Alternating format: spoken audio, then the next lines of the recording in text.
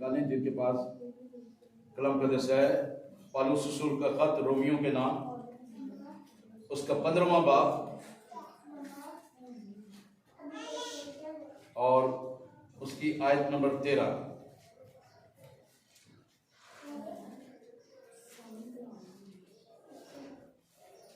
Romeo 15 बाब उसकी 13वीं आयत में लिखा हुआ है, बस खुदा जो उम्मीद का चश्मा है तुम्हें ईमान रखने के बायस सारी खुशी और इत्मीनान से मामूर करे, ताकि रुल्क उसकी कुदरत से तुम्हारी उम्मीद ज्यादा होती जाए। बस खुदा जो उम्मीद का चश्मा है तुम्हें ईमान रखने के बायस सारी खुशी और इत्मीनान से मामूर करे, ताकि रूह की कुदरत से तुम्हारी उम्मीद ज्यादा होती जाए। खुदा इस कलाम के वसीला से हम तमाम को खुदा बड़ी बरकत दे। आमीन। आज हम सीखेंगे कलाम कदस में से उम्मीद और ईमान के ताल्लुक से। इधर दो लफ्ज ये तौर पर वो जाहिर हुए हैं, वाज़ेह तौर पर जाहिर हुए हैं। ईमान उम्मीद का चश्मा है, यानी उम्मीद जो है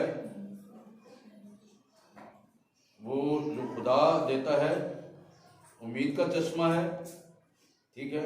खुदा जो उम्मीद का चश्मा है, और फिर तुम्हें ईमान रखने के बाद जो उम्मीद खुदा हमें दिलाता है उस उम्मीद पर हमने ईमान रखना है। और जब ईमान रखेंगे तो लिखा हुआ है कि उसके बाद सारी खुशी हमें मिलेगी और खुदा इत्मीनान से मामूर करेगा, पीस अंदर दे देगा, सुकून अंदर दे देगा। सो उम्मीद जो है इसे इंग्लिश में होप कहते हैं, HOPE, होप। और ये यहां पर नाउन के तौर पर इस्तेमाल हुआ, नाउन इस्म के तौर पर इस्तेमाल हुआ है। एक्सपेक्टेशन एंड डिजायर, तवक्को और ख्वाहिश के साथ ये जो है यहां पे जाहिर हुआ है, लिखा गया है, जिसका मतलब है आस, तमन्ना, आसरा, सहारा और भरोसा।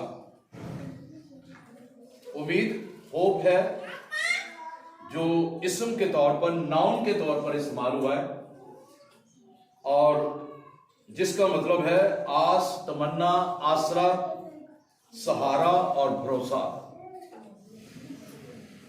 जबकि फेथ यानी वर्ब इंट्रांसिटिव वर्ब के तौर पर भी इस्तेमाल होता है। होप को इस तरह भी ले सकते हैं, लुक विद एक्सपेक्टेशन, तवक्को के साथ देखना या तवक्को रखना या उम्मीद रखना या आस रखना।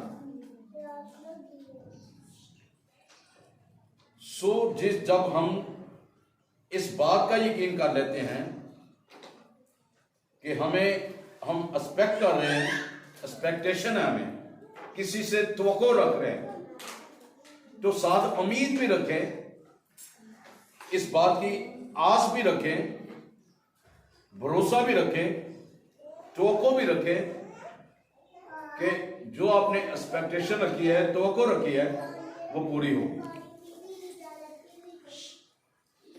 सो दूसरा लफ्ज ईमान है, फेथ, FAITH, फेथ, ईमान। नाउन यानी इस्म के तौर पर लिया गया है।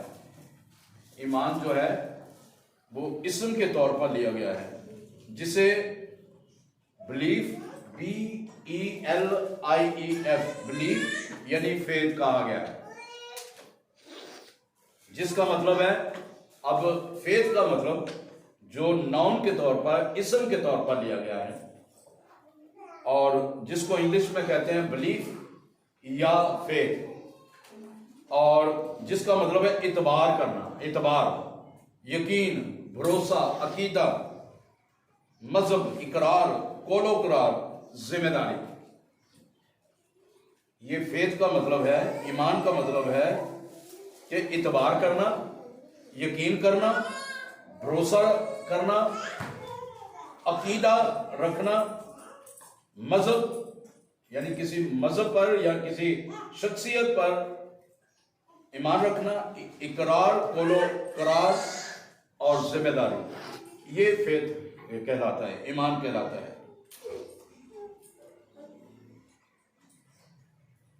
कामिल यकीन या कामिल इत्माद के लिए एक जुमला इंग्लिश में है, पिन वंस फेथ ट्रू, यानी कामिल यकीन रखना और कामिल इत्काद रखना। जब आप कामिल इत्काद रखेंगे, कामिल यकीन रखेंगे, तो आपका ईमान पुख्ता होगा, और जब आपका ईमान पुख्ता होगा तो फिर जो कुछ भी आप मांगेंगे ना, तो वो आपको मिलता जाएगा। और कहीं नहीं लिखा गया बाइबल मुकद्दस में कि जब आप पुख्ता ईमान के साथ, यकीन के साथ, भरोसे के साथ, तवक्को के साथ मांग रहे हैं तो वो आपको ना मिलेगा, वो मिलता है। Hallelujah, hallelujah. ईमान एक ऐसा पुख्ता यकीन होने का नाम है जिसमें एक ईमान का एक ऐसा अंसर पाया जाता है जो चीजें तख्लीक नहीं होती, जो बनी नहीं होती, हम उसे बनता हुआ देख रहे होते हैं, जो शायद अभी बनी नहीं है लेकिन हम उसे बनता हुआ देख रहे हैं। ये ईमान का नाम कि आप ईमान की आंखों से, रूहानी दिल की आंखों से उन चीजों को देख रहे हैं, बनती हुई देख रहे हैं, तख्लीक होती हुई देख रहे हैं जो नहीं मौजूद, उनको आप देख रहे हैं। इसको आप जो है ईमान कह सकते हैं, ईमान का पुख्ता होना। तो यहां पर जो हमने पढ़ा है, बस खुदा जो उम्मीद का चश्मा है, वो उम्मीद दिलाता है। इब्राहिम को उसने उम्मीद दिलाई है, कौमों का बाप होगा, और ये उसको उम्मीद दिलाई है कि तेरे सुल्ब से बेटा पैदा होगा। एक्सपेक्टेशन उसको दी है, तो उसने भी फिर उस बात का यकीन किया, ईमान ले आया वो, और जब वो ईमान ले आया तो खुदा ने काम कर दिया। क्योंकि ईमान गहराई का नाम है। जिस तरह खुदा यीशु मसीह ने पतरस से कहा था गहरे में ले चल, और मैं गहरे में वो ले गया, तो उसने जाल भरा हुआ पाया, 153 बड़ी मछलियां हैं, इतना, यानी कि इतना उसका गहरे में ले गया। तो जब आपका भी ईमान गहरे में जाएगा तो वो चीज जो शायद अरसा दराज से आप मांग रहे हैं, गहरे में जाकर आप मांगेंगे, दुआ करेंगे गहरे में जाकर, तो आपको मिल जाएगा। Hallelujah, hallelujah. तो ईमानी के वसीले से हम जिंदगी के हर हिस्से में फतह पाते हैं। जब आप ईमान के साथ, उम्मीद के साथ नहीं, ईमान के साथ जब आप शैतान के खिलाफ खड़े होते हैं ना, तो वो भाग जाता है। Hallelujah, hallelujah. वो भाग जाता है, वो आपके सामने नहीं ठहर सकता, क्योंकि उसको पता है कि आपका ईमान चट्टान को भी चकनाचूर कर देता है। आपका ईमान जो है वो चीजें जो नहीं होती उनको भी वजूद में ले आती है। आपका ईमान जो है वो पहाड़ों को भी सरका देता है। आपका ईमान जो है वो अंधों की आंखें खोल देता है। आपका ईमान जो है वो भानपन को दूर कर देता है। आपका ईमान जो है वो खुदा की मोहब्बत में आपको आगे लेके चला जाता है, और आपके ईमान ही के वसीला से खुदा कसरत से काम करता है। और यूं कह लें कि फजल ईमान की बुनियाद है, और फजल यीशु मसीह है। तो यीशु मसीह हमारे ईमान की बुनियाद है। फजल जो है वो ईमान की बुनियाद है। तो फजल यीशु मसीह है, जो इसका मतलब है कि यीशु मसीह हमारे ईमान की बुनियाद है। और जब हम यीशु मसीह पर ईमान रखते हैं, तो यीशु मसीह पर जो जब ईमान रख के मांगेंगे तो खुदा हमें देगा। Hallelujah. Grace is the foundation of faith and grace is Jesus. फजल एक बुनियाद है हमारी, और वो बुनियाद जो है वो यीशु मसीह है। तो जब बुनियाद यीशु है, तो जब हम उस पर अपना घर बनाएंगे तो हमें कुछ नहीं होगा, हमारे घर को कुछ नहीं होगा, हमारी जिंदगियों को कुछ नहीं होगा, हमें किसी भी किस्म की कोई परेशानी नहीं आएगी। इस लिहाज से बस जो उम्मीद का चश्मा है, तुम्हें ईमान रखने के बायस जब आप ईमान रखेंगे, उम्मीद का चश्मा यीशु है, खुदा है, वो आपको उम्मीद दिला रहा है। तो जब ईमान रखने के बायस आप जो कुछ मांगेंगे वो सारी खुशी आपको दे देगा, इत्मीनान भी आपको दे देगा, उससे ममूर कर देगा, रूह से ममूर कर देगा, रूह की कुदरत से आपको ममूर कर देगा, ताकि आप खुदा में आगे बढ़े। और हम सबों ने ईमान ही के वसीला से निजात पाई।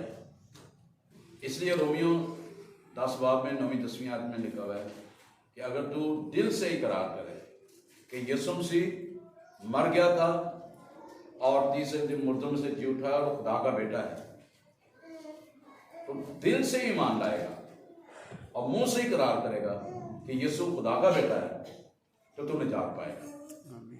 तो इस लिहाज से हम सबों ने ईमान ही के वसीला से निजात पाई है, और ईमान यीशु मसीह है। यीशु मसीह पर जब ईमान लाए हैं तो हमें निजात मिली है।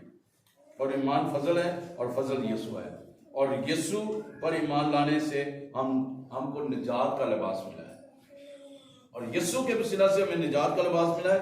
उस लिबास को कोई गंदा नहीं कर सकता, उस लिबास को कोई उतार नहीं सकता, उस लिबास को कोई छीन नहीं सकता, उस लिबास को कोई फाड़ नहीं सकता, इसलिए कि वो लिबास यीशु का फजल है, यीशु का रहम है, यीशु की हजूरी है, यीशु का जलाल है, यीशु की कुदरत है।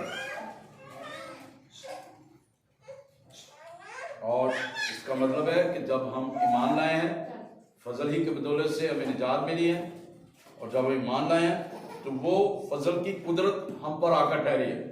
और जब फजल की कुदरत हम पर आकर ठहरी है तो मेरे और आपके अंदर एक बीज बो दिया गया है, और वो बीज आहिस्ता आहिस्ता बढ़ता है, एक तनावर दरख्त बनता है, जिसकी शक्ल हम अपने ईमान की नजर से देख सकते हैं। और उसी के वसीला से हम यीशु मसीह को निजात देता कबूल करते हुए और यीशु मसीह में चलते हुए हम तनावर उस दरख्त को अपने अंदर देख सकते हैं, और वह तनावर दरख्त हमारा ईमान है। और जब हमारा ईमान इतना पुख्ता हो जाएगा तो बीमारी को डांटेंगे, बीमारी चली जाएगी, दुख को डांटेंगे, दुख चला जाएगा, और तकलीफों को डांटेंगे, वो चली जाएंगी। हर तरह के हालात तब्दील होना शुरू हो जाएंगे, क्योंकि वो तनावर दरख्त यानी वो ईमान, वो यीशु, वो फजल हमारे अंदर है। और जब हमारे अंदर है, वो एक तनावर दरख्त बन रहा है, वो और ज्यादा हमें कुव्वत दे रहा है, हमें ताकत दे रहा है, हमें नई शक्ल दे रहा है, हमें और ज्यादा वो आगे बढ़ा रहा है। तो ये इब्लीस को पसंद नहीं है कि हम ईमान में, उस तनावर दरख्त में, उस ईमान में, उस यीशु में, उस कुदरत में आगे बढ़े। और उसे पता है कि खुदा ने इन्हें उम्मीद दिलाई है। तो जो खुदा उम्मीद दिला देता है किसी शख्स को, उसे पता है कि खुदा ने उम्मीद दिलाई थी इब्राहिम को, उसे वादे का फर्जंद इसाक मिल गया, और उसके आगे 2 बेटे थे, एसाव और याकूब। और उसे ये भी पता है कि याकूब को भी खुदा ने कहा था कि मैं तुझे बरकत दूंगा, और फिर उसके 12 बेटे हुए। और शैतान को पता है, इसलिए शैतान जो है हमारे ईमान पर कंट्रोल करना चाहता है, वो हमें जो है वो गिराना चाहता है, हमारी निजात को वो छीनना चाहता है, हमें छीनना चाहता है, उन वादों को वो छीनना चाहता है, उन वादों में वो गाला बना चाहता है। लेकिन चूंकि हमारे अंदर खुदा है, तो इसलिए वो हमारे उन वादों को, उन एक्सपेक्टेशंस को जो हम खुदा पर रखते हैं, उन ख्वाहिशात को जो हम खुदा पर रखते हैं कि खुदा हमारी उन ख्वाहिशात को पूरा करेगा, वो कभी भी जो है उस पर गालिब नहीं आ सकता। तो हमें ईमानी रूह रखने की जरूरत है, ईमान वाली रूह रखने की जरूरत है। तो जब हम ईमान वाली रूह रखेंगे तो मौजज़ात होना शुरू हो जाएंगे, काम होना शुरू हो जाएंगे। और जब ये ईमान हमें हमारे अंदर पुख्ता हो जाएगा तो फिर ये हमें ताबेदारी सिखाएगा, फर्माबरदारी सिखाएगा, वफादारी सिखाएगा, खुदा की मर्जी पर चलना सिखाएगा, खुदा के कलाम पर अमल करना सिखाएगा, दुआ करना सिखाएगा, खुदा के साथ कायम रहना सिखाएगा। क्योंकि ईमान जो है वो प्रोड्यूस करता है किसको? जो ताबेदारी को। प्रोड्यूस करता है किसको? हमारी शफा को। प्रोड्यूस करता है उस चीज को जिस चीज की हमें कमी है, उसको हमें वो देता है।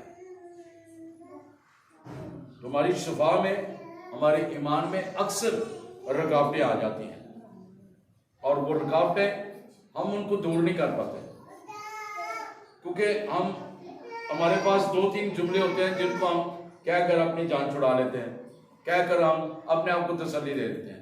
शायद खुदा दी मर्जी से, शायद खुदा नहीं चाहता कि असी नवा घर लईए, शायद खुदा नहीं चाहता कि साड़ी बच्ची दी या बच्चे दी शादी ना हो, शायद खुदा नहीं चाहता कि कारोबार ना इन्हें मिले। तो ये हम पहले से अपनी सोच बना लेते हैं। तो ये सोच शैतान की तरफ से है, ठीक है। पहली सोच वो देता है, वो हमारे अंदर फिक्र डालता है ताकि हम ईमान में कमजोर हों। दूसरी बात, हमें वो गुनाह की तरफ राग़िब करता है ताकि हम ईमान में कमजोर हों। तीसरी बात, वो हमें कलाम पर यकीन करना कि तू खुदा ने कुछ नहीं कहा। जैसे कल एक वीडियो आई तो मैं समझता हूँ कि बहुत सारे खुदाम या जो व्हाट्सएप के ग्रुप्स हैं, लोग हैं, उन वीडियोस को ज़्यादा से ज़्यादा शेयर करते हैं। मैं समझता हूँ वो सबसे ज़्यादा काम गलत कर रहे हैं। एक बंदे ने तो जो काम गलत कर दिया, आप उसको फैला रहे हैं। एक शख्स ने बताते हैं कि जी वो खुद बताता है, मैं क्रिश्चियन था, मैं मुस्लिम हो गया, तो ये बाइबल झूठी है। मतलब उसने बाइबल को जूतियां भी मारी और अपने बहन भाइयों को, खानदान को और दूसरे लोगों को भी कहा जी कि ये आप इस्लाम कबूल कर। जिसने अगर सुना है, आ गया है, अब ना शेयर करें, आप उस पर दुआ करें कि खुदा इन हालात को ठीक करे। आप शेयर करते जाते हैं, इसका मतलब है कि वो तो अपने मकसद में कामयाब हो रहा है। उन लोगों तक पहुंच रहे जो काम ईमान है। अच्छा, वाकई भी मेरे हालात नहीं ठीक होते पे, वाकई भी अब बाइबल कुछ नहीं है, वो भी ऐसे ही करना शुरू कर देगा। तो मैं इस चीज के सख्त खिलाफ हूं। मैं अपनी जाती राय दे रहा हूँ, सख्त खिलाफ। मैंने आज तक जो इस तरह के मैसेज मुझे आते हैं, मैं कभी शेयर नहीं करता। मैं दुआ कर देता हूँ कि खुदा इस बंदे को अकल दे, जिसने ये बंदी की या बंदे ने काम किया, इसको अकल दे, इसके गुनाह इसके जिम्मे लगा दे। अगर ये बाज नहीं आता, इसको अपने कटहरे में खड़ा कर। अगर ये बाज नहीं आती या आता, पहले तो दुआ करते हैं। अगर वो ज्यादा अपने आप को करता है तो इस तरह हवा देने वाली बात होती है। हम समझते हैं कि जी हम ज्यादा ज्यादा फैलाएंगे तो ऐसे होगा, ऐसे होगा। कुछ नहीं होगा। पहले क्या कुछ होता है? कुछ भी नहीं होता। तो इसलिए वो नहीं चाहता कि आप कलाम पर यकीन रखें, इसलिए वो आपके ईमान को कलाम नहीं पढ़ने देता ताकि आपका ईमान कमजोर हो। आपके अंदर मोहब्बत की कमी डाल देता है। क्योंकि लिखा हुआ है, बस ईमान, उम्मीद और मोहब्बत तीनों दायमी है, लेकिन इनमें अफजल क्या है? मोहब्बत है। तो वो आपके अंदर मोहब्बत की कमी डालता है, आपके अंदर वो शक डालता है कि आपका मौसम नहीं होना। जितनी मर्जी दुआएं करा ले, जिस चीज बड़े मर्जी खातम से बड़े से करवा ले, शफा नहीं मिलनी, ठीक नहीं होना, कारोबार नहीं चलना, कार नहीं बनना, वो शक डालता जाएगा आपके अंदर। और आपको यही आपके अंदर डालता जाएगा, तू कुछ भी नहीं, तू कख भी नहीं, तू शिकस्त खुर्द है, देख तेरे भरा कितने चले गए नहीं, देख तू कितने तू किथे ते ओ किथे, आपको शिकस्त देना शुरू कर देगा, सोच आपकी पस्त कर देगा कि आप अपने आप को शिकस्त खुर्दा महसूस करें। इसकी इवज मैं आपको ये बताता हूँ, मत्ती की अंजील में भी, लूका की अंजील में भी, मरकस की अंजील में भी खुदा यीशु मसीह कहते हैं फिक्र ना करें कि क्या खाएंगे, क्या पिएंगे, क्या पहनेंगे। इन चीजों की फिक्र में दुनिया रहती है। इब्रानियों 13:5 में लिखा हुआ है, जर की दोस्ती से खाली रहो और जो तुम्हारे पास है उसी पर कनायत करो, उदती गुजारा करो, क्योंकि उसने खुद फरमाया कि मैं तुझसे हरगिज़ दस्तबरदार ना होगा और कभी तुझे ना छोड़ूंगा। तो फिक्र नहीं करनी, खुदा कहता मैं तेरे नाल, मैं तेन छड्डांगा नहीं, तेन सारी जरूरतां तेरी पूरी करूंगा। फिक्र नहीं करनी, बल्कि डट जाए, ईमान ले आए। दूसरी बात, गुनाह में आपको लेके जाता है। गुनाह किस चीज का? लालच का गुनाह है, हसरत का गुनाह है, नफरत का गुनाह है, तरह तरह से गुनाह आपके जिंदगी में वो लेके आता है। आप उन गुनाहों को ठुड्डा मारे, उनको कुछ नहीं, उनको अपनी जिंदगी से निकाल दे, ज़हन से निकाल दे। रोमियो 6:23 में लिखा हुआ है, क्योंकि गुनाह की मजदूरी मौत है, मगर खुदा की बख्शिश हमारे खुदा मसीह यीशु में हमेशा की जिंदगी। जब आप कलाम के बीज को बोना शुरू करेंगे गुनाह के खिलाफ, तो गुनाह आपकी जिंदगी से निकल जाएगा, क्योंकि आपको पता चल गया है कि गुनाह की मजदूरी मौत है, लेकिन खुदा की बख्शिश जो है वो हमारे खुदा यीशु मसीह में हमेशा की जिंदगी है। तो गुनाह में हमें हमेशा की जिंदगी नहीं मिलती। हमें गुनाहों की माफी जब मिल जाती है, निजात पा लेते हैं, फिर हमें जो है वो हमेशा की जिंदगी में मिलती है। और खुदा का बेटा यीशु हमारे गुनाहों को माफ करके हमें हमेशा की जिंदगी की तरफ लेके जाता है। और तीसरी बात कि वो यही कहता है कि कलाम ना पढ़े। इब्लीस नहीं चाहता कि आप खुदा पर यकीन रखें, खुदा के कलाम पर यकीन रखें, और इसलिए वो आपको कलाम से दूर रखता है। यूहन्ना 4:51-50 में लिखा हुआ है, जो उसकी बातों का यकीन कर लेते हैं ना सिर्फ वो शिफा पाते हैं, उसके वसीला से दूसरे भी जिंदगी पा लेते हैं। वो जब कलाम पर यकीन कर लेते हैं, शिफा भी पा लेते हैं और जिंदगी भी पा लेते हैं। और मोहब्बत की कमी वो इसलिए आपकी जिंदगी में डालता है ताकि आप मोहब्बत में आगे ना बढ़ें। तो पहला यूहन्ना 4:8 में लिखा हुआ है, जो मोहब्बत नहीं रखता वो खुदा को नहीं जानता, क्योंकि खुदा मोहब्बत है। जिसके अंदर मोहब्बत की कमी है वो कैसे खुदा को जान सकता है? कभी नहीं खुदा की मोहब्बत को जान सकता। इसलिए खुदा की मोहब्बत को जानना जरूरी है। और शक इब्लीस डालता है हमारे अंदर। मरकस की अंजील में 11:22-24 में लिखा हुआ है, यीशु कहते हैं, दिल में शक ना करो और जो कुछ तुम मांगते हो यकीन रखो कि तुमको मिल गया और तुमको मिल जाएगा। इब्लीस ने हवा के ज़हन में भी बाक़यादा में शक डाला और वो सोचना शुरू हो गई। और यूं ही उसने सोचा, वो फल खाया, खुदा की जरूरत से खाई। सोच ने उसको कंट्रोल कर लिया, उसके ज़हन को, उसके दिल को कंट्रोल कर दिया। जब आप के अंदर शक आ जाता है, वो शक आपके दिल को, आपकी सोचों को, दिल को कंट्रोल कर लेता है। तो आखिरी बात शिकस्त है।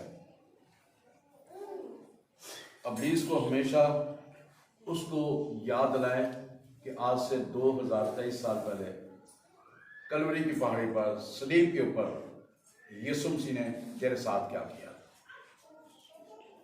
यूहन्ना के पहले खत में 5:4 में लिखा हुआ है, जो कोई खुदा से पैदा हो दुनिया पर गलबा आता है, और वह गलबा जिससे दुनिया मगलूब हुई हमारा ईमान है।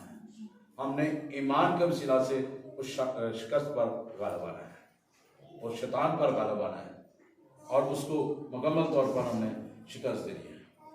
तो इसका मतलब है कि हमें फतहमंद जिंदगी पाने के लिए नए सिरे से पैदा होना जरूरी है, अपने गुनाहों से इकरार करना जरूरी है, शक को दूर करना जरूरी है, मसीह में रफाकत रखना ज़रूरी है, अपने अंदर खुदा के कलाम को रखना ज़रूरी है और खुदा में तरक्की करना ज़रूरी है। उस उम्मीद को जो खुदा ने आपकी ज़िंदगी में कभी दिलाई है, मैं आपको दूंगा तो खुदा देगा। असी मिसाल भी देने कि 12 साल बाद तक रोड़ी दी भी सुनी जाती, असी तो फिर वो खून खरीदे हैं, उसकी शक्ल से बने। हालेलुया। तो वो हमें जब उम्मीद दिलाता है, उस उम्मीद को लेकर आप चले। आखिरी बात कहकर मैं आमीन करूंगा, गवाही के तौर पर है। दाऊद उस वक्त हमारे पास नहीं था, ये पैदा नहीं हुआ था। बिशप साहब ने दुआ की, हमने उनसे कहा कि आप हमें बरकत दे के जाएं क्योंकि आपने साल बाद आना है। उन्होंने दुआ की और दुआ करके कहा कि नेक्स्ट जब मैं आऊँगा, अगले साल जब मैं आऊँगा तो फरा की गोद में बेटा होगा। हमने उनकी उस बात को लेकर उस पर दुआ करना शुरू की। जो ही उन्होंने लफ्ज कहे, ठीक 1 माह के बाद खुदा ने फरा को बरकत दे दी। 9 माह के बाद खुदा ने रोबिन्सन दे दिया। इसका नाम दाऊद, घर का नाम है दाऊद, वैसे इसका नाम रोबिन्सन है।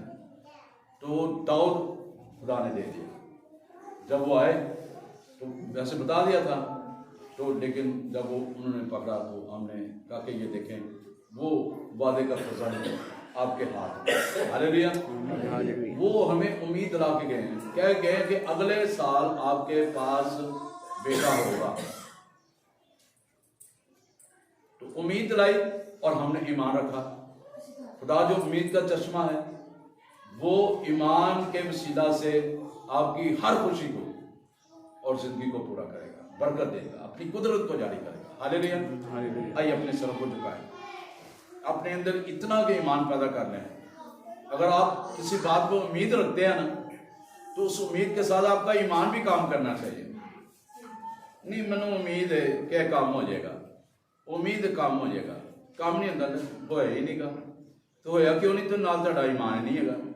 उम्मीद के साथ आपका ईमान जरूरी है, ये दोनों मिलकर काम करते हैं।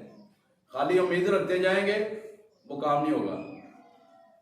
खुदा ने आदम को, उसको इब्राहिम को उम्मीद दिलाई, तो उसने खुदा की उस बात पर यकीन रखा, ईमान रखा, उस ईमान के साथ वो खड़ा रहा।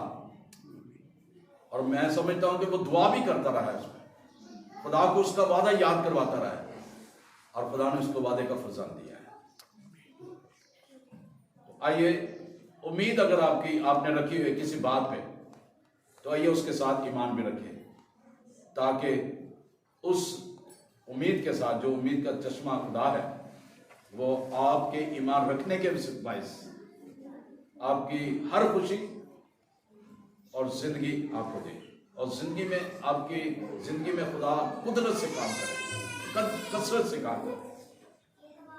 तो आइए सभी दुआ करना शुरू करें, खुदा से कहना शुरू करें कि खुदा तेरा कलाम जो आज बीच की बात मेरे दिल में, मेरी रूह बदी जान में बोया गया है, वो असर पैदा करे, वो काम करे, ताकि खुदा तेरा जलाल जाए। हालेलुया। सभी दुआ करना शुरू करें। मुझे पता है, मैं महसूस कर सकता हूँ, आप में बेशुमार ऐसे लोग हैं जो उम्मीद लगाए बैठे हैं किसी न किसी बात पे, बड़ी देर से लगाए बैठे हैं, वो अभी तक नहीं सामने हो पा रही।